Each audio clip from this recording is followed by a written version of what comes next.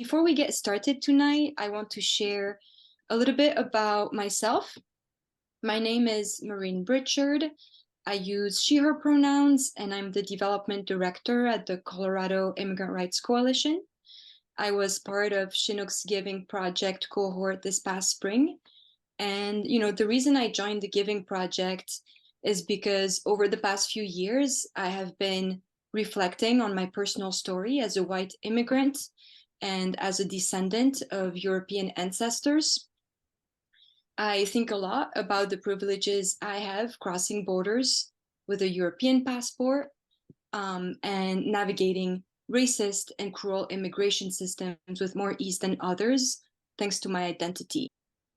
I also think a lot about the history of European colonialism and the whitewashed version I was taught in high school, in Belgium and in the US. And, while I don't know them and I might not be related to them, my ancestors, my people, created systems that caused and continue to cause horrific harm to Black and Indigenous people around the world. And so for me, joining the Giving Project was an opportunity to come together with other community members to raise funds and redistribute those funds to grassroots organizations that serve Black, Indigenous, and other people of color across the state. I truly believe that Chinook's model of donor organizing is key in shifting power and wealth and in reallocating resources to communities that have been the most directly impacted by systems of oppression. This model gives me hope that we, the people, the community, have the resources to create the liberated future we all dream of and deserve. And so with that, I would like to pass it to Jeannie Logan, Chinook's program director. Hello, everyone. My name is Jenny Logan. As Maureen mentioned, my role at Chinook Fund is program director. I use she, her pronouns, and it's an honor to be here at our Meet the Changemakers panel. So I'd like to just talk to you a little bit about our mission at Chinook Fund and what we do in the Giving Project. So at Chinook Fund, our mission is to seed community-led systemic change by mobilizing resources for and trusting in grassroots social justice organizations across the state of Colorado. Our flagship program, the Giving Project, brings together a diverse group of people from all walks of life who are passionate about social justice, just like Maureen. The Giving Project provides robust professional development in the areas of fundraising, consensus building, and democratic grant making. Giving Project members work hard, and they work together to raise and grant funds in solidarity with grassroots leaders.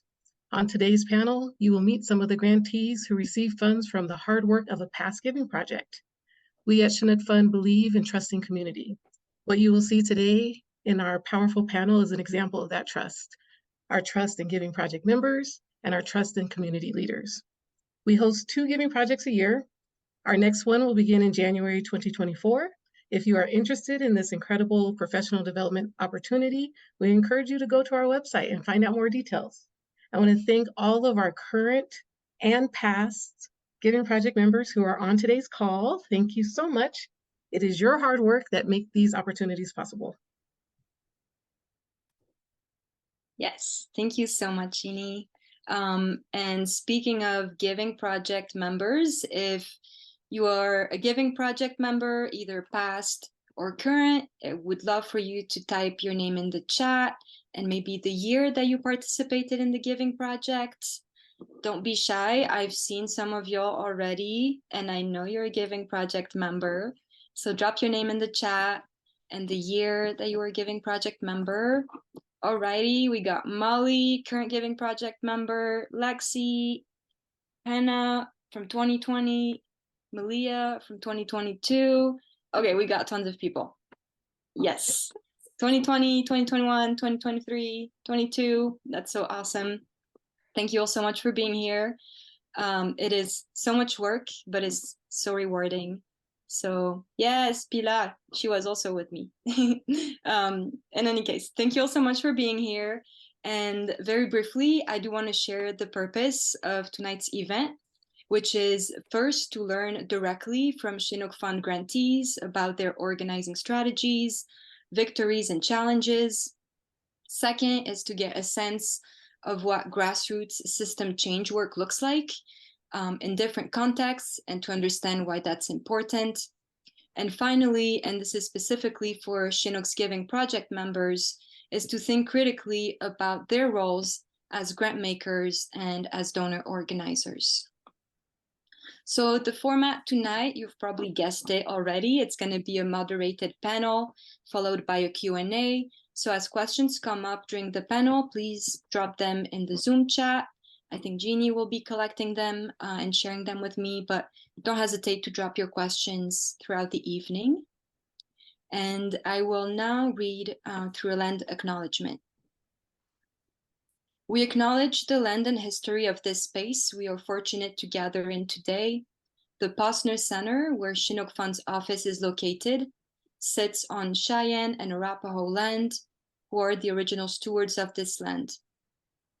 We acknowledge all other indigenous tribes and nations who call Colorado home, which include Apache, Shoshone, Ute, Pueblo, Pawnee, Comanche, Kiowa, Zuni, and Navajo. 48 tribes have called this land home. We recognize that US public policy has been used to displace indigenous communities, erode tribal nation sovereignty, and forcibly assimilate Native individuals into US society. We acknowledge the labor of enslaved Africans and their descendants who worked this stolen land for the colonists and who continue to disproportionately face economic oppression, racism, violence, and exploitation. We share this acknowledgement to encourage all of us here to consider how our work in this space and in our daily lives can address these historic and contemporary atrocities perpetrated against Native people and other marginalized communities. We invite everyone in this space to recognize their ancestors and the forces of history that brought you here, as well as the work you are engaged in to support our collective liberation and the liberation of future generations. All right, big breath, everyone.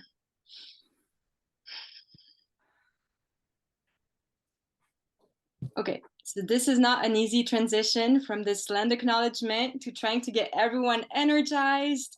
But if you're ready to see some social change in our community, please, please, please drop your favorite emojis in the chat or give us some jazz hands. Do anything to get us energized, excited. We're so excited to hear from these panelists. Yes, thank you all. I love this. Let's give them a big welcome. Woo! So let me welcome our amazing panelists tonight, who will have a few minutes to introduce themselves. And first, I'm going to start with Tatenda Blessing Muchiriri, founder and executive director of Montessori on Wheels. Tatenda, could you please share a few words about yourself? Thank you so much. So my name is Tatenda Blessing Muchiriri, and my pronouns are he, his. And I am the son of the Southern African soil, that is from Zimbabwe. And I'm the chief dreamer of Montessori on Wheels. I really want to lean more on the chief dreamer, really, because the work we do at Montessori on Wheels is really about community and in community. And it didn't really take me only to put this work forward. So Montessori on Wheels is a mobile unit that is really changing the narrative around parent engagement and also how they get exposed to Montessori education. We really believe that when we do education with families, it changes the dynamic, right? In terms of engagement and the way in which they show up and really understand who their child is as a learner. So we are really reclaiming education back into the communities, to our parents, with the hope to revive and restore so that they too can relate to Montessori education as their story, right?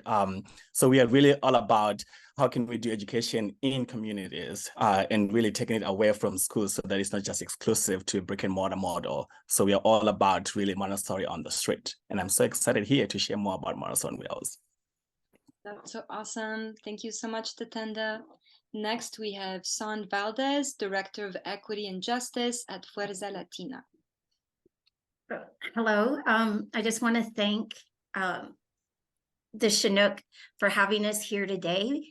My name is San Valdez, and my pronouns are she, her, ella, and I'm honored to be here on the behalf of Fuerza Latina.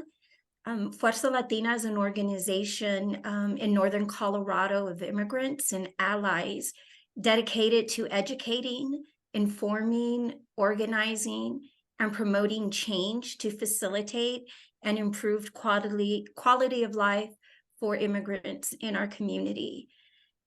I like to say that Fuerza Latina's work is a love story, a love for freedom that has bloomed into their willingness for revolutionary work to eradicate oppression, supremacy, and inferiority.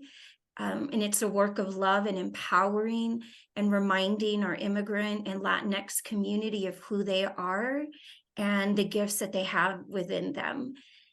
Fuerza Latina was formed in 2002, so it's been for over 20 years by immigrant parents of students at a local bilingual immersion school in Northern Colorado. The parents came together, they discussed their own experiences and identified the challenges they shared and how they could be addressed. So it started with them in the community, and they started researching, looking for organizations, what they required, and just really started attending legal trainings, workshops. And from there, Fuerza Latina grew and carried out more immigrant-led campaigns. And that's what they've been doing and are doing. And we'll get to share more about that later on. But it's things with workshops for DACA, Know Your Rights, and other issues that are relevant to our Latinx community in Northern Colorado. And advocacy is at the heart of what Fuerza does. So we work in solidarity as immigrants and allies to identify injustices in our community and to advocate for meaningful change. So, thank you. Thank you so much, San. Next, we have Mike Williams, Executive Director at Citizens Project. Mike, could you please share a few words about yourself? Good evening. My name is Mike Williams, he, him pronouns. I'm here in El Paso County, Colorado Springs, Colorado. And I was raised here, right? So I like to say that all the time because the southeast part of our city is the most BIPOC part of our city. And it's the side of the city that has the most issues because we've been oppressed, right? We have a 16-year shorter life expectancy than every other district in our city. So you could literally move a mile away from where I live, and your life expectancy goes up about 16 years. I literally bought a house a street away from where I grew up because I want to be in the community that raised me, and I wanted my kids to see the work that we're doing and advocating. Obviously, representing Citizens Project. Citizens Project's a nonprofit that's been in our region for since 1992. So this is our 31st year as a nonprofit. We started off when Amendment 2, kind of started, and that was really birthed out of Colorado Springs. And Amendment 2 essentially made it illegal to have anti-discrimination laws for the LGBTQIA community.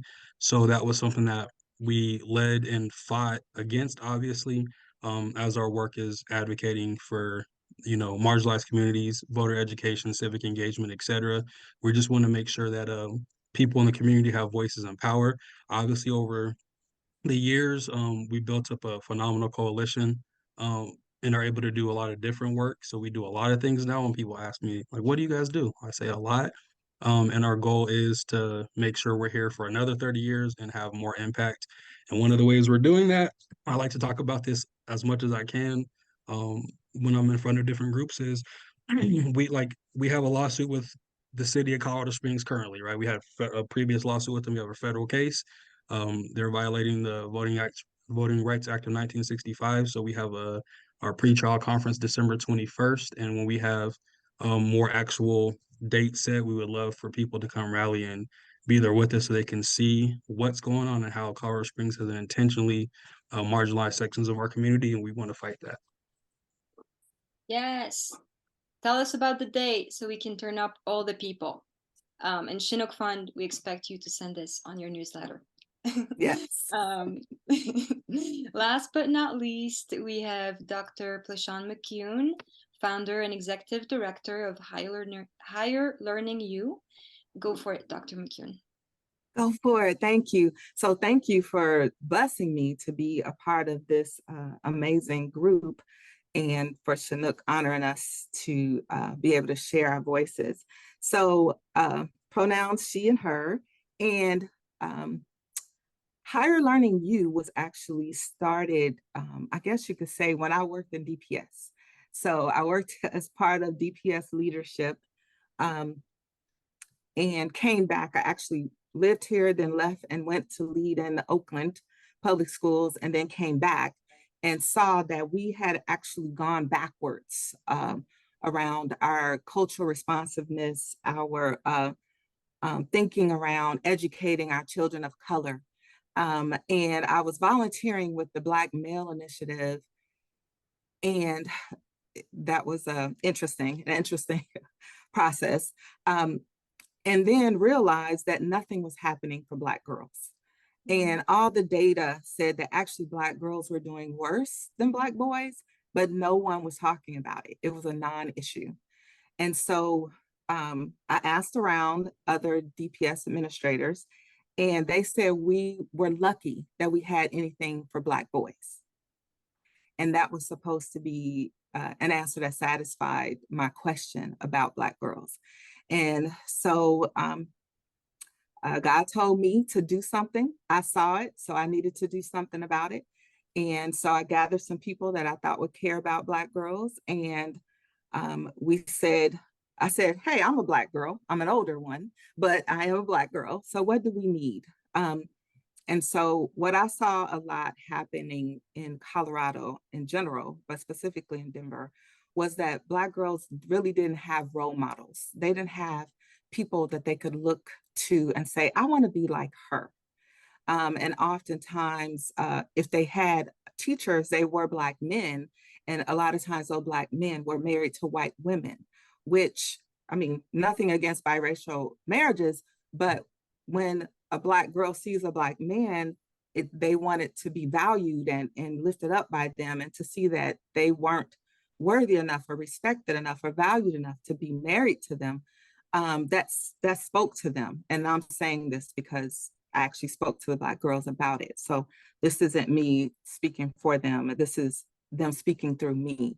And so anyway, we started a career day 7 years ago. It was supposed to be a one-time career day. So I was supposed to be done with this. I would not have probably met any of you. But on that day, I made the mistake of asking the girls, what could we do to help them be successful? What did they need? And they told me, and unlike other leaders in DPS and other places, I actually listened, and we created programming based on what they told us that day they needed. And 7 years later, we were told we'd only probably get 30 to 50 girls participate. And we've had about 1,000 girls participate a year in the programming. And in one event, as many as 450. So our naysayers have become quiet, and we are going strong. So thank you. Yes, I love that. There's always going to be naysayers and haters. Thank you all so much for these beautiful introductions. I don't know about y'all, but I am fired up and ready to learn more. I have a few questions for our panelists tonight. The first one is, what are your organization's unique gifts to the struggle? And actually, I'm going to pass it right back to Dr. McCune to get us started. Okay, so this is interesting, but I love these amazing questions. So we see our gifts as seeing, knowing, and creating. And so we saw the specific challenges of Black girls and biracial girls. The data showed us that Black girls and biracial girls were on the bottom of a lot of things, increasing discipline problems, increasing numbers in special ed and all that. increasing incarcerations, and no one was doing anything about it. So we saw, and we created safe spaces for our girls. We started with high school girls. The high school girls said the younger girls need this. So we invited middle school. And then the middle school girls said, but the younger girls need this. So now we're down to third grade. And because the girls didn't want to graduate and leave the program, now we're up through college because we believe in listening, hearing, and creating safe spaces for Black girls. We are unique in that we create spaces that are culturally responsive, and we understand complex and historical trauma, and we allow that to guide our work, our programming, and our planning. We teach girls that they can create the world that they want to live in, focusing on them deciding what the problems are and then creating the change, leading the change. And we do that, like we just had our event in October where we had a few hundred girls talk about the relevant issues and then creating change. We create spaces where Black girls get to live, love, and learn and grow together and have fun. So we are definitely unique in that, and that those spaces are supported by our allies, but primarily by people who look like them. Mm.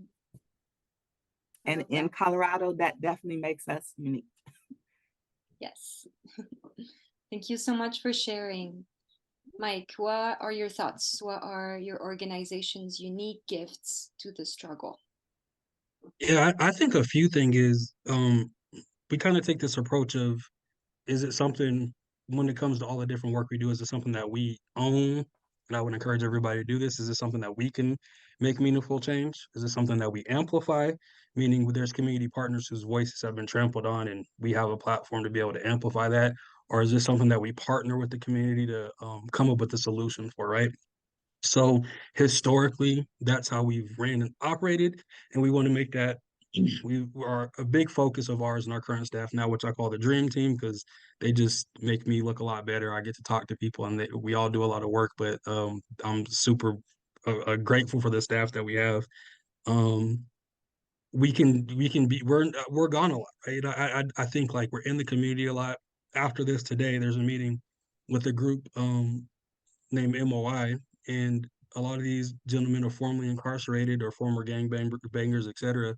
We got to take a trip out to LA to kind of see some of the work that some gangs out there were doing in violence prevention, et cetera. And in the time that we were working with this group and we've been partnering with this group, there was an area of town that had about 16 shootings over the course of a year at this park, and that has gone to zero in the last 24 months, almost 3 years, right?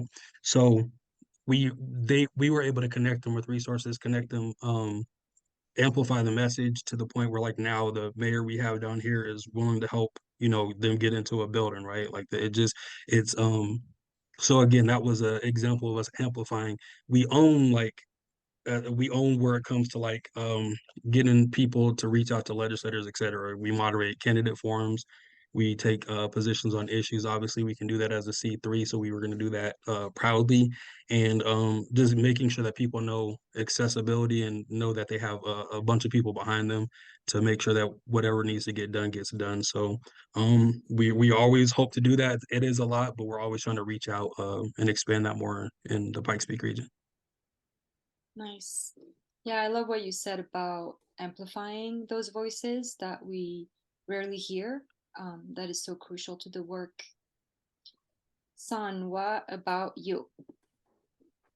As I mentioned in the introductions, that the work of Fuerza is a love story, and how it is an organization for immigrants led by immigrants.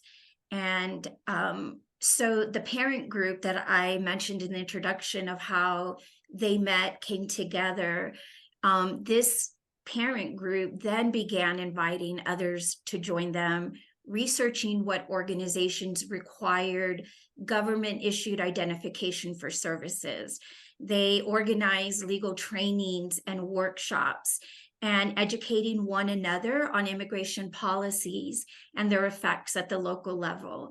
So from there, what makes you Fuerza Latina so unique and I think beautiful is that through their lived experiences, through their stories, and through their traveling and being here, sometimes there's fear and you want to hide, but they worked together, they met, they came, and so Fuerza Latina has grown and has carried out more immigrant-led campaigns, such as confronting anti-immigration activists, educating allies, establishing an area hotline in response to massive workplace raids, fighting school closures and housing abuses, and leading two campaigns to push city officials, including the police, to adopt policies that prevent city employees from inquiring about or discriminating based on a person's legal status. And additionally, we've created and produced immigrant resource packets and have provided workshops for DACA, Know Your Rights, and other issues that are relevant to the Latinx community in Northern Colorado. And it is just full of love. And as we go later on in what we've done, I'm just so proud and honored. And they are some of the most resilient, powerful, loving people that I have ever met. I am first generation, so didn't know all of those struggles. But even last December, when Denver, they called, put a call out to the state of Colorado for different cities and counties in order to be able to receive groups of refugees that came in from Venezuela. And Larimer County was the only county that answered the call. And so the city officials then that came and looked for Fuerza Latina and other immigrant-led or other organizations and allies in Colorado. So it was just so powerful to see those who took that walk and were one day coming in, that they were there throughout Christmas and helping and mobilizing, and they knew exactly what they needed because it was what they needed. And so that's what I think is so beautiful about Fuerza Latina and the work that we do in Northern Colorado. Yes, I love that. Let's go. It's always the small grassroots groups that always show up. Like, you can't deny this. Like, no one responds, but your group is here and always showing up. Tatenda, what about Montessori on Wheels? What are y'all's unique gifts to the struggle? Yeah, so we are literally like standing in the gap, right? I think there's been this practice within education spaces where we come up with great schools. In the recent years, there's this emerging of micro schools, and it's always the same experience where we expect parents to come to a school, right? We talk about the new school coming in the district or in the neighborhood, and the next thing is about they have to come to that school, right? Nobody's thinking about what we can do to increase more exposure, more awareness, knowing that especially with master education or alternative education, that most of our parents or Black and brown parents, they're going to choose what they're not exposed to, really. They need to have that exposure first to be able to understand it and resonate with the pedagogy or the curriculum for them to choose it for their kids. So we see our work as really doing more outreach, right? Like, how can we connect schools with communities? How can we also connect communities with within schools? So we are literally mobile. So one of our unique gifts is that we're on a bus, right? We are really all about doing education with families, because if you're not going into communities and doing education with them, you are literally doing education to them, which is, I think, a common practice within our schools, right? That there's always this understanding that we are the teachers, we are the buildings, we are the schools that have to educate their kids and their parents. And we know that our parents are our first teacher, if not our forever teachers, right? So we really see ourselves as elevating the parents and not just the parents, but anyone in the community, that you are an educator, that you have a responsibility to take agency, when it comes to your child's education.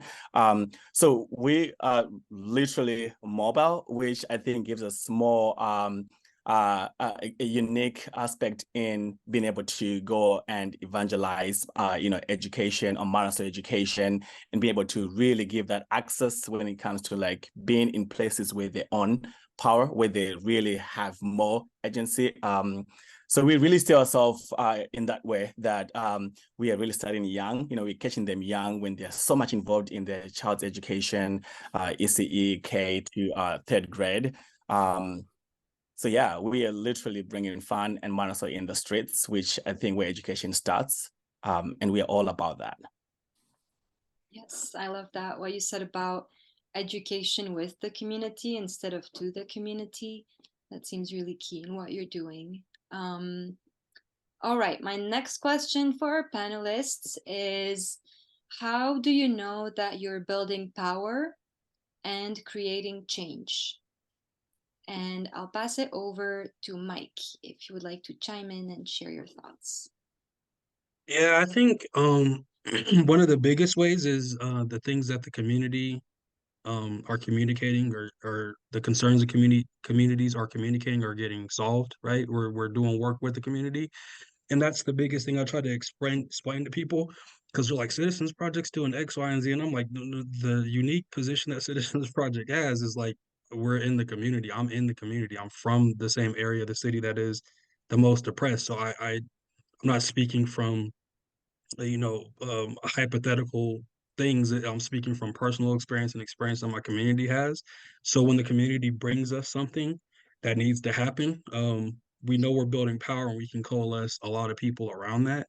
Um, and then we know the change is there because, again, those issues are solved. And I think there's a few different ways that can happen. I mean, organizing people um, I love organizing people, and it's phenomenal to do. And the difficult part is you're organizing people, and everybody's not always on the same page with everything. But getting a group of people together, we're in the community talk. We have something called a community engagement series, where at least quarterly we ask a few questions.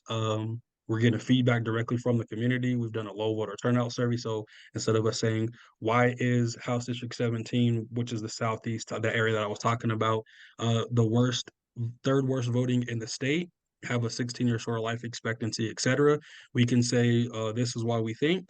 But we literally went door to door, surveyed over 400 people, and asked, and they let us know. So then we just made sure that we were connecting the resources that the community tells us they need. And then we saw a small bump in voter turnout, about 3%, in a municipal election, which is phenomenal. We're going to do our voter turnout survey again next year, and then we're going to see the progress that we've made. So I just think really it's getting input from the community and walking alongside the community to solve those problems. Mm-hmm. Yeah, and I love what you said about being embedded in the community. Like, you can see it, it's tangible. You can see the change that you're implementing. Because also it affects you, because you're the community. San, what about Fuerza Latina? Oh, I could say a lot. How long do I have? No, just kidding. I think that one of the ways that we can see that Fuerza Latina is building power and creating change are, like I mentioned before, when they came in and started working for emergency housing for refugees and immigrants. And then also in 2020, when the pandemic came and there weren't resources available to our community, to our immigrants, they weren't getting stimulus checks. They didn't have access to pay time off. They didn't have all of that. So Fuerza Latina did what Fuerza Latina does. And so they rose up, they started getting with different organizations, faith communities, local businesses, other nonprofits, and getting money. They started to run vaccine clinics in education and teaching what getting the vaccines are, making it accessible where they could go and not be afraid of showing up and something happening. They were able within those fundings to provide rent assistance, to be able to work on being able to meet the needs of the community, because they didn't have the normal access to that, they rose up and made sure that our community was not going to be left behind, that there weren't going to be homes lost, and that that there would be healing, and they would know they're seen, they're loved, they're cared for, and that they're not alone. Another powerful thing that I've seen happen is that in Northern Colorado, here in Larimer County in Fort Collins, a lot of the mobile home parks got sold to companies outside of Colorado. And so Fuerza Latina was able to work with allies and other nonprofits. And so it's the first, we have a mobile home park here in Fort Collins that was bought by the co-op. And so immigrants own that mobile home. And so they continue to work on making sure that there's good water, the contamination. So there's just so many things and ways that with the work that Fuerza has done, that we've been able to see the change in our community and the power that they feel within their hearts and in their souls. And no matter how many no's they get or knocked down, they're creative and they rise up and they keep moving forward. Yes, I love that. Thank you so much for sharing, especially the example you gave, not just with the mobile homes, but also what happened during COVID. It's such a beautiful example of the community rising up when systems are failing them. And I really love that. I'll pass it over to Tatenda. What about your organization? Yeah, so I strongly believe that, communities are the authors of their own change, not us, right? That here at Mars on Wheels, our commitment is to make sure that they have the resources, they have a platform where all that can then happen, right? Because we know their experiences in schools, our parents of color, right? And here we are providing them a different experience in education where they get to see their child as a learner, right? Because, most parents, the only time they get into school is, they're caught in for behavioral issues, all right? Or they want to see if their child is listening, if their child is raising a hand, right? But at Monster on Wheels, they get a chance to really see who their child is as a learner, right? And also giving them a chance to then learn with their child. So there is already a change that's happening in the way in which they experience education and the way in which we build up advocacy for them so that they can go into the schools and say, I know who my child is as a learner, and this is who my child is. So we really think of that as that is coming from them, and we are just honored to to be witness to that as we provide space for them to really thrive. So when I think about change, I really think about when each child is able to really ignite that love of learning within themselves and say, I love learning, I want to learn this, right? When each parent is able to say, I can speak up for my child. I can go and tell my teacher that this is my child. This is who she is or who they are and how they learn, right? When we know that those teachers too have a strong conviction to have this agency to really be in partnership with parents to learn. So we really think of change as really in that collectiveness of what happens when parents, when teachers, when community are fully invested in their child's education. So honestly, that to us is how we think of power, right? That it is there. How can we, again, like I said, we have 3 ways we'll restore and revive. How do we reclaim that for them? Because already they have it, right? But it's only a space where they haven't been given, where they're able to really show up themselves. So we are all, again, in the business of reclaiming education for our parents, for our kids, so that they own it and they're able to really go back into schools and share that. One of, if I could share a quick story about Mars on Wheels as well, is that since we're very mobile, right, we have a bus, we've also seen the way in which change has started to sort of happen, a little bit of it, not so much like a little tease. is most parents in Denver, they have an experience of being bussed out of their communities, right? So when they saw the bus coming to them, there was a hesitance. But then there was also a quick realization that it is not coming to take us or to take our kids away from us, but it's coming to bring that education to us, right? So that they get to see education and everything in their community as the richness that's already there and that's available for them. So we are sort of like changing that experience or that narrative that the school bus doesn't only have to take you away from your community, but it's bringing that to you, right? So there is some healing that's happening where our kids get on the bus and they get to see their community as their learning space, where they get to dream and learn with their elders, with their parents, with educators who really care about who they are as learners. That to us is power. That to us is change that we get to witness, that they get to reclaim for themselves and take back into schools. Yes, I love that so much. What you were saying about the communities being able to like reclaim, you know, where they live as learning spaces. That is so beautiful. Next is Dr. McCune. Tell us about how you know that you're building power and creating change. Well, thank you for all of that. I can't wait till we can ask questions of each other. It's amazing. So I know that we are building power and creating change when I see the girls doing that. So part of what we do when we ask them to come up with, basically we start with, tell us what's wrong in the world, in the communities, in your schools, in your homes, like what is going on that is not working. And of course, that is super easy for them to do, right? We can all come up with all the problems. Then we ask them to pick one or two things from that list that they're going to personally lead change in. And they do that with their individually, with their small groups at school, with their larger groups at school, but they create the plans together. And we work with the school teams and the leaders to help them actually implement that. And we follow them through that over the year.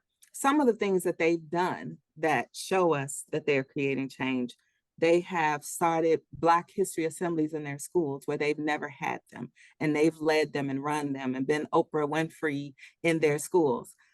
They've created Black family potlucks where they've invited their families, and they've partnered with the boys in their school to bring the families in, and the families have cooked and bought food, and then they share about Black history and they share about Black music, and they just enjoy being Black in the space. They started Black Student Alliances, and they started like campaigns around addressing the use of the N word in their buildings because that is so offensive to them in the ways that they are being treated.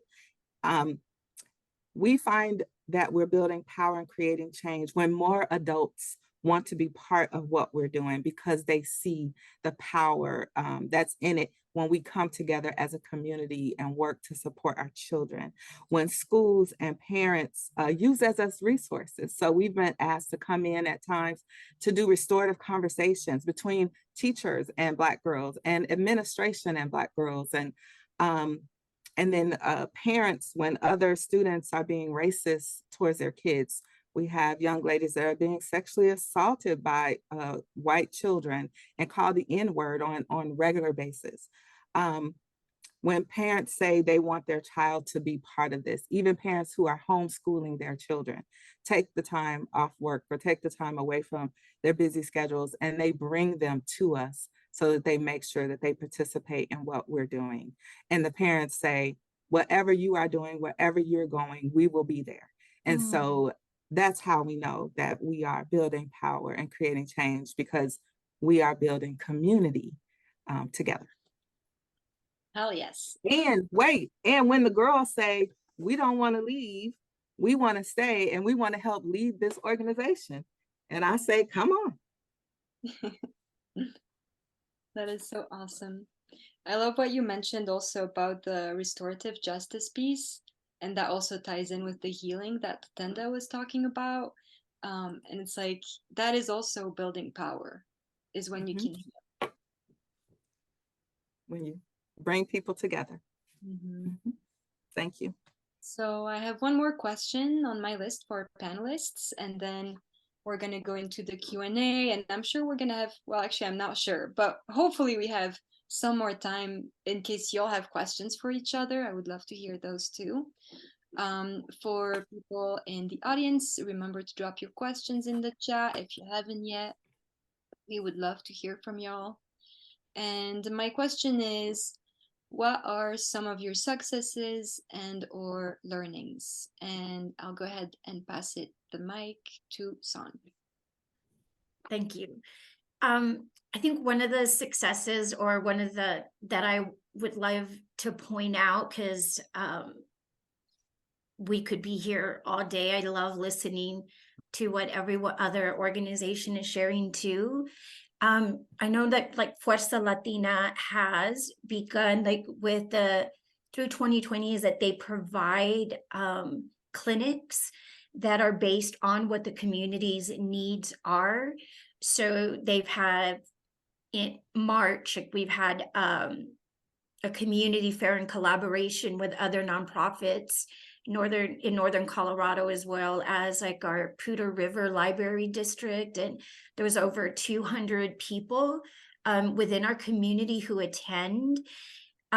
We have immigration lawyers who do presentations. We do an accompaniment. They have different things like driving for justice, where there's accompaniment.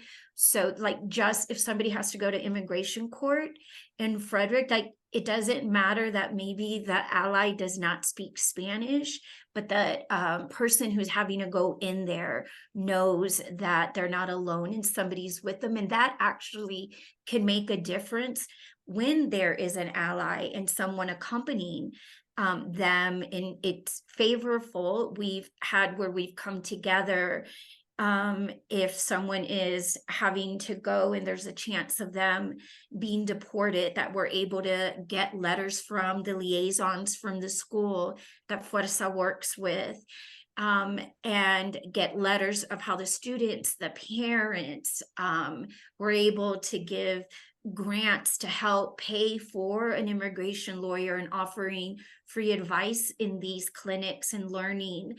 And we were able to this summer save a mom from being deported, and had people with the children emergency plans of what happens.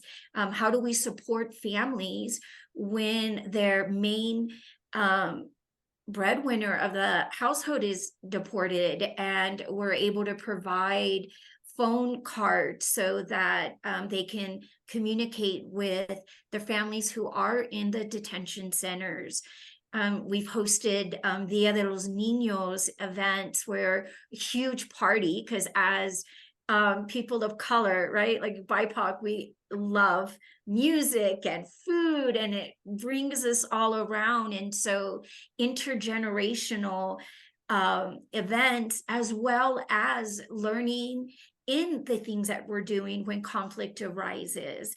We do have, as a Latinx immigrant community from all over Mexico, Honduras, Costa Rica, we all come together and we have different ways and mannerisms. And so we're able to have conflict resolution training in the learning so that we can heal.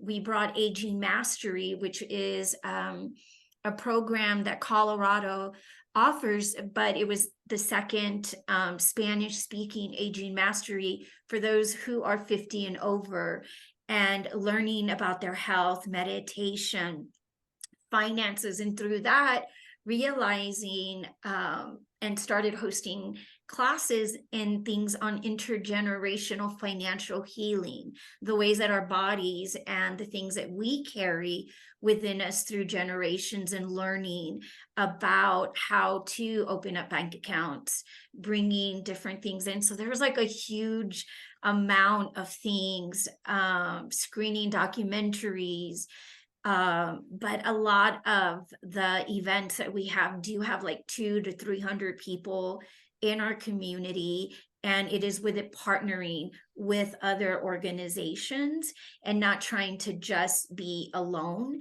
but to work together in a group to also bring education and healing, going deeper things, so that we understand that all of us have a space, no matter where we came from, an immigration story in our families lying in there, and not shame, but healing and empowering. And so, but it's always that learning, like, oh, we don't all get along, so let's learn how to do conflict resolution. So yes, thank you. Yeah, thank you for sharing all of that. Oh my gosh, I don't even know how many things you listed there, which reminds me of what Mike was saying at the beginning of, we do a lot. This is like, in brief, we do a lot. We do everything. Tatenda, what about you? What are some of your successes and or learnings? Yeah, so right on when we launched Mars on Wheels 2 years ago, one thing that was very quick to us to learn, especially for me, being from Zimbabwe, was this idea of the magic school bus, right? Most Americans grew up with the magic school bus on their television. So when they saw our program, there was that nostalgic, right, reaction to the magic school bus in real life, right? So I had to go and like literally binge watch, the Magic School Bus on Netflix so that I can relate to what the kids were saying when they got on the bus, and know their parents, how they were really getting on to, liking the bus and our program. But I say this to say that for me, then it just didn't become this idea of, Mrs. Frizzle, but there was this nostalgic thing about like, we grew up with this. It made me think about, what if education is like that, right? What if we have some nostalgia, like, I remember this concept that I'm getting to learn in the classroom, because most of our Black and brown kids, because they are lagging behind or they're behind in their learning, is because most of these things are new to them, right? The time that they're in front of the teacher.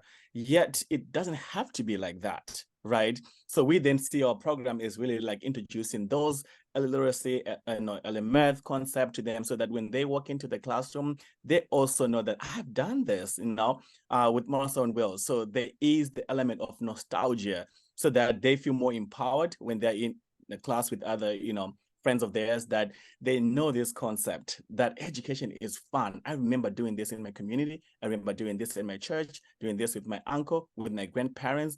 So we have seen that joy that, that came through the idea of, we have, had an experience with this on our television, which also led us to, see our parents having to tap into this art of remembering, right? Like, how did we learn, right? How was learning happening within our communities before schools existed? And when schools existed, why did they exist, right? We think about the civil rights movement, when churches were very central to organizing, and schools were then embedding the community with the idea that they should exist within where people live, but that is not the case right now. So we've seen so much organic, interaction with our parents when they have to remember and tap back into how they were raised, how they learned, and how when they walked to school, so much learning that was happening in between and coming back, right?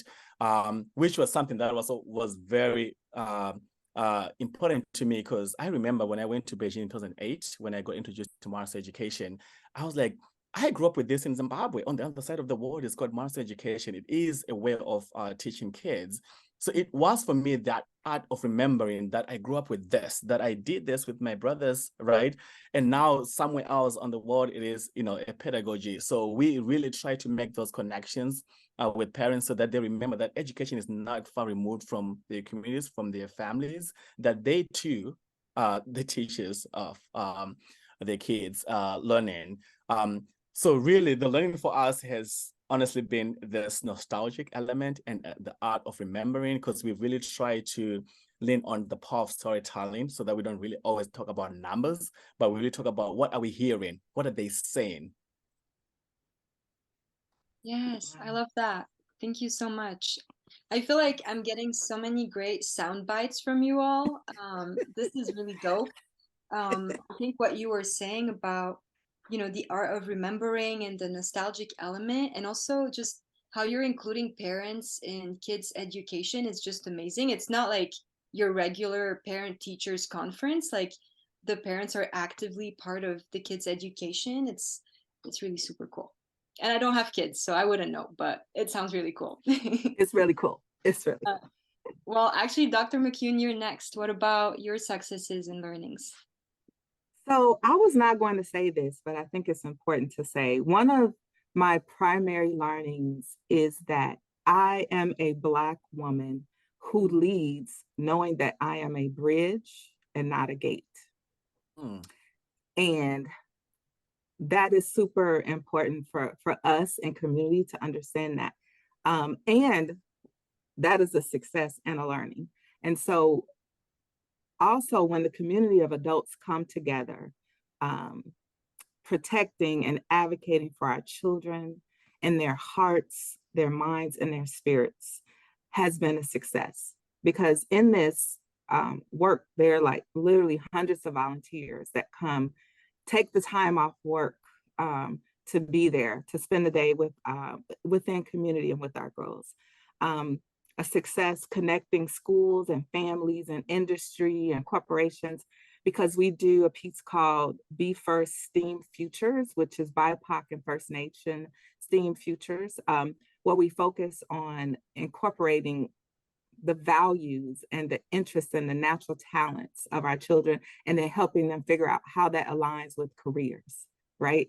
And so just the success of that, and looking forward to bigger success in partnership when the girls consider themselves part of the community. Because I did workshops with girls years ago, and I asked them to define community. And these were all Black girls, and none of them said they were part of the Black community. They mentioned other pieces of community, but not the Black community. And so now seeing that transform, that they can see themselves as part of a viable and strong, thriving community is a success. And they get to be part of not just the community, but creating the community and creating generations that create the community. A learning experience, and when we come together, the impact of how we treat each other and how the girls see that and then imitate that. I had a young lady say to me, just in private, so when I am older, will I treat or have relationships with other Black women like you have? And I told her, you don't have to wait until you're older to do that. But the teaching and learning that happened unintentionally, right? Just because we love each other, we're there together, and we're there for a purpose of creating community has been phenomenal. Learning that we need adults to do their part in bringing the girls and bringing their resources to the table. Learning that we need help. We can't do this heavy lifting alone. We need our allies and our other people of color to do it together. And a success and a learning that I hope happens is that all the adults that work with us also see themselves as a bridge and not a gate. Yes. The bridge, not the gate. I'm here for that. Also, what you said about how the young girls, Black girls, get to create community, and they get to create that for many generations afterwards. It's like they're the ones that they've been waiting for, and they don't realize that. And you're here to do that, and that is so cool. All right, next is Mike. Tell us about your successes and learnings. Well, Dr. McCune, I might have to borrow that one. I'll give it back to you though. This bridge and not a gate. I'm gonna say that when people haven't heard it before. And then I'm like, oh, Mike, and I'll give you a shout out though. Thank you. You know, something for us, like looking at our organizational history, like a learning experience that I had. I'm a very transparent person, and I'm a truth teller. So when I came in our organization, looking at the things that Citizens Project thought we did historically and the impact we thought we had compared to the actual impact we had were two vastly different things. A perfect example was, when I announced that I was executive director, like on my Facebook, I had like 20 people like, congratulations on starting a nonprofit. I'm like, this nonprofit's been around for almost 30 years, right? And we say we did and I keep saying what we said because I'm like, we weren't doing the things we thought we were doing to the impact we actually are now. And we constantly are evaluating that. But the fact that that many people had no idea who Citizens Project was that are involved in the communities that we claim to have helped, right? So a learning experience for me was like, if we say we're doing diversity, equity, inclusion, and justice work, we need to have something to kind of go along with those things. People knew us for a voter guide, candidate survey, which are important to do, but if that's all we're known for, that's not that impactful, right?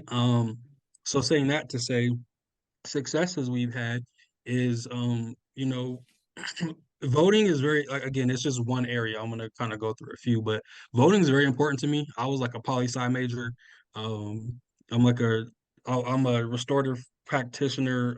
I'm a trainer, right? IIRP certified, International Institute of Restorative Practices, like certified trainer. So those things are very important to me, and I learn through that lens, and I try to advocate through those lenses. But saying that to say, hearing a lot of things in the community that people said they needed and why they weren't excited about voting and understanding that they thought their voices didn't matter. I couldn't tell them that their voices mattered. We had to show them their voices mattered. So we came up with something called beats and ballots.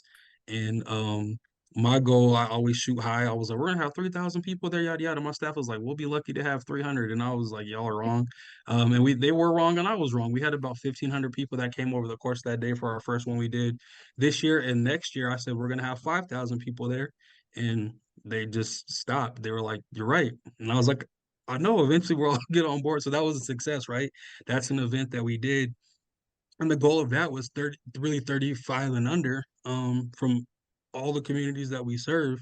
12.6% in El Paso County, 12.6% of people under 34 voted, as opposed to 89.7% of 70-year-olds and older, right? So us articulating that to the community, we're saying, nothing is wrong with 70-year-olds at all. Like I love my grandma, right? But me and my grandma don't line up on this all the things all the same way because my grandma's at home watching Matlock still, right? Sometimes, right? So there's things that are going on in the community that we need your voice to speak on, and really just rallying people from a bunch of different communities to kind of coalesce together around that. And there's food, there's music, and it's free, right?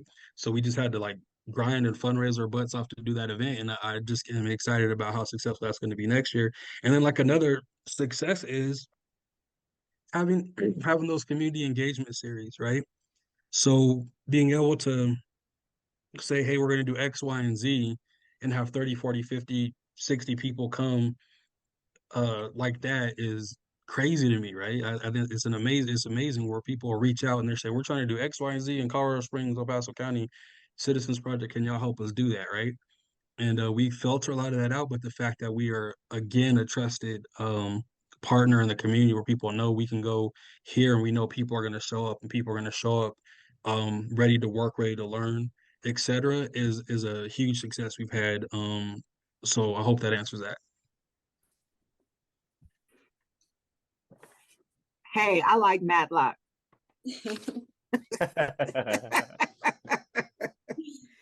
Beats and ballots, that's pretty dope. I'm here for that. So we're running a little bit late, as in 10 minutes over, but we did get a bunch of questions from folks in the chat, and we're going to try to answer a couple of those.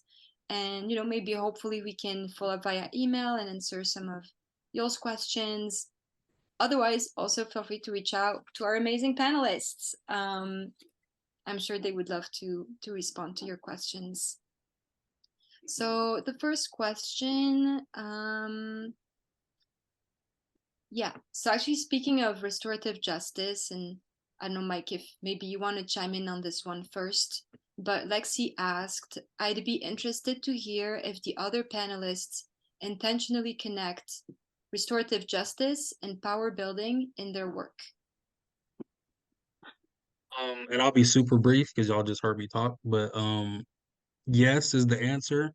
And to me, it's just like a practice where we do things in circles. Like that's a big that's a big thing for me. Like with my kids, I do things in circles and they get it, but now it's a part of their life, right? And their school does that. They're going to a school who follows those same practices, right? So when we're in community, and it's a practice that's been around longer than all of us, and now people are just brilliant and think they're brilliant and try to certify and all that, but just bringing the practices to the community, where we're all sitting down eye level again, sitting in a room with a group that is doing violence interruption with people that have shot each other in the past. That was a very tense room to be in, right? So to be able to sit there in a circle, eye to eye, man to man, have a talking stick, people understanding this is what we're trying to do, and that's just the practice. We didn't have to explain it, we just did it, and they were willing to do it. So 100%, we try to incorporate that as many things as possible. And the biggest portion of restorative practices, because really we try to implement restorative practices before it gets to a point where you have to do restorative justice is listening, right? Giving people the stage to be able to communicate, and then us really listening, and that really guiding our work.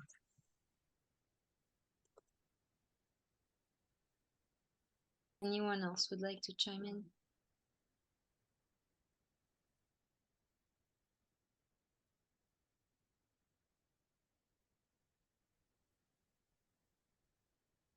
It's good. Well, we had another question from Sophia asking about the Giving Project and how members interact with grassroots organizations beyond providing money. And that is one that I guess I can answer, being part of the Giving Project last spring. And so essentially, the Giving Project, I feel like has many different components. One is a lot of the political education that we do at the beginning.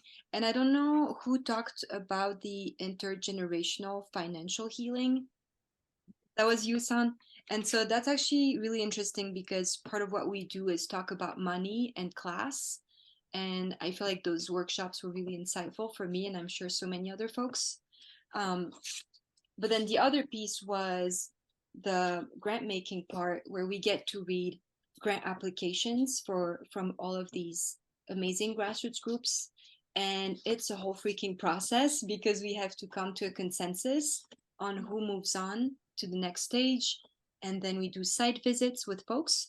And so the site visits, I don't remember how long they are, maybe an hour and a half, where we actually get to meet with these very people here and ask them questions about their work. And yeah, so it's not just reading the application. We get to have like face-to-face conversations with folks and ask them questions. And that's really amazing because it provides so much more insight into what the organization does. And then, if you're like super inspired by what they do, you continue following them on social media and you continue supporting their work and you just keep giving them that money that they all need. That's my 2 cents. Can I add something real quick? Yes, go for it. So I've been so blessed by Chinook and the people who conducted our site visits. They've stayed connected. They have volunteered with my program and have just continued to support. I'll get a magic check that shows up in the mail that helps too, always for very small organizations. So, but I love the partnership that when they see something good, they want to be part of it, and so they stay involved, and so I love that part too. That is so cool. I love that. Well, thank you everyone for sharing your thoughts. I do have one final question for you all. And so sorry for all the folks in the chat that actually dropped a lot of amazing questions. Hopefully we'll get to them offline. But the final question for our panelists is, author, activist, and spoken word artist Walida Imarisha says, all organizing is science fiction because in working for change, we must imagine a world that has never existed. And we have to collectively dream new worlds so that we can begin to create them. And especially considering this moment that we're in, when it comes to our collective future? What do you imagine? And what do you need to make it possible? And I'll pass it first to Tatenda to answer this very simple and easy question.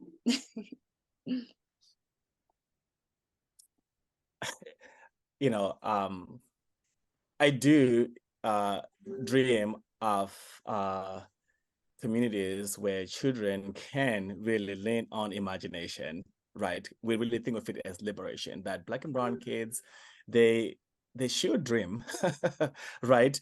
They should be able to dream of their own future, or the way in which they, they learn and they make meaning of the world, and really giving them space, safe space, where they're allowed to do that in ways that they learn, in ways that they come together, the ways that they show their brilliance, right? I think in many cases they've been really stifled in classrooms where they have to sit and, when sometimes they want to move, when sometimes they really want to express themselves in different rhythms and different expressions. So we really, I do dream of where imagination is celebrated and is given space for them to really show who they are. And in that space where we have, communities, and by communities, I mean schools, parents, elders, anyone around young learners really fully invested in that, and being able to support them and cheer them on. Yeah. Dr. McCune, what about you? Amazing question. I imagine people coming together for our common good, not wanting to compete or be better than one another, but each be our best self, just whatever that best self is, realizing that it is us, and then sharing it with, realizing like our best self, this is our self, and then sharing it with each other. To make this possible, we need to see ourselves as that bridge, to be our best and strongest self, and to help others to reach their best and strongest self as well. So not about me, but about us. Is that Ubuntu? Yes. And I would love to see more people be a bridge and come and support our work on December 7th. You are all welcome to be part of our community on December 7th. So look up my stuff and email me and come see how you can do that. Help make the world a better place. Imagine it with us. Yes, thank you for sharing. Mike, how about you? What do you imagine and what do you need to make it possible? Yeah, I imagine a world where the community realizes the power that we have collectively, because a lot of that work that we do is bringing the community together, and it does happen in pockets to the point where like there's so much. If you're familiar with Colorado, again, like Colorado Springs gets looked at as like this redheaded stepchild a lot of times, understandably for some things, but there's a lot of movement that's happening down here. But there's a lot that we're facing, and it doesn't. There's a lot that we're facing where the system as it currently exists is set up to really give people just enough so that organizations or whatever can't get sued, but it's really not doing things that are making impactful change. So down here, I want it to be the world that we try to help create for my daughters every day. I have 3 daughters, 4 sisters. I have like 16 nieces and nephews. Apparently, women run in my family, which is why I have so much patience and stuff, because I'm around so many women all the time, and I try to be kind and gentle and loving. Where other people are where they're kind, gentle, and loving, and they're coming together and understand that we do have power when we come together in solidarity. Thank you for sharing. San, you're next. I'm loved that I was the last one because of the stuff that I wrote down on what I dream of, and I'm seeing that it's being done by these 3 other organizations. I'm just in awe.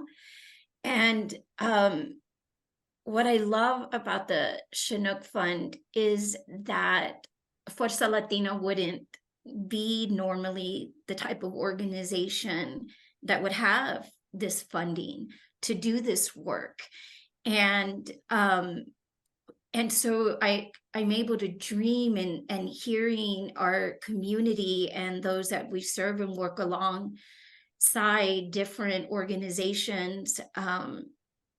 And it is that everyone could be able to access what they need to live a healthy, safe life, including food and shelter, where everyone has access to opportunities that bolster economic mobility and stability, where education and training experiences bolster career pathways and advance economic mobility, and not just for the dominant culture, but for all. A community that honors voice and experience of individuals, navigating the challenges of economic barriers, which receiving the grant from Chinook is helping us do that. And then also that system and structures are examined, challenged, and redesigned to ensure that economic stability and mobility are possible for all, no matter where they come from, no matter what we have, what our ancestral line is. And in believing that in making those changes today, we are not only healing and making this world better for our children and their children's children, but we're also healing the trauma and the generations that we've had from living in this land. And so I'm just excited that this Chinook exists, and organizations and those who give. Thank you that race, gender, and income or other identities are not barriers to mobility and stability. Yes. Thank you all so much for sharing. This was really so dope to hear what you'll imagine. We really need that. Like, we really do these days. Thank you all so much to the audience, the panelists. It's been amazing sharing space with you all tonight or tomorrow morning for Tatenda. He's actually in London and somehow still awake. Thank you for sharing your wisdom and brilliance. I have so many notes. I don't even know like how to summarize everything we talked about. Some of the things that I heard that I really loved was, you know, communities are authors of their own change. We talked about amplifying voices that have been silenced, for the community, by the community, the bridge, not the gate. You might want to like trademark, you know, you might like copyright this because I think everyone is going to steal that one. That's okay. But I just want to share my deep appreciation and gratitude for you all. For folks in the audience, I'm sure you're just as energized as I am. And if you're moved by this work, you can go to Chinook Fund's website to make a donation. We can also place the link in the chat. I think Judith might do that. And indicate the giving project if you're making your donation. Really, any amount that you can pitch in is meaningful, and that's one of my lessons learned from the Giving Project is how much we can raise by coming together. And to be honest, if we didn't have to wrap up, I promise I would continue my little fundraising pitch and make sure that you don't log off until you've grabbed your wallet and made your donation. But in all seriousness, thank you all so much for coming tonight. Thank you for the many ways that you contribute to our movements for justice and liberation. And if you're interested in learning more about the Giving Project, you can again check out the website. And also Barclay can answer any questions y'all might have. And I think the Giving Project members, y'all are actually not done for the night. You're gonna have a 15-minute break and then get back together. And for everyone else, yeah, thank you again for joining and for wanting to learn more about this work and for being part of this movement. I think Judith is dropping an exit survey in the chat as you log off. Thank you so much, everyone, and have an amazing evening. Thank you.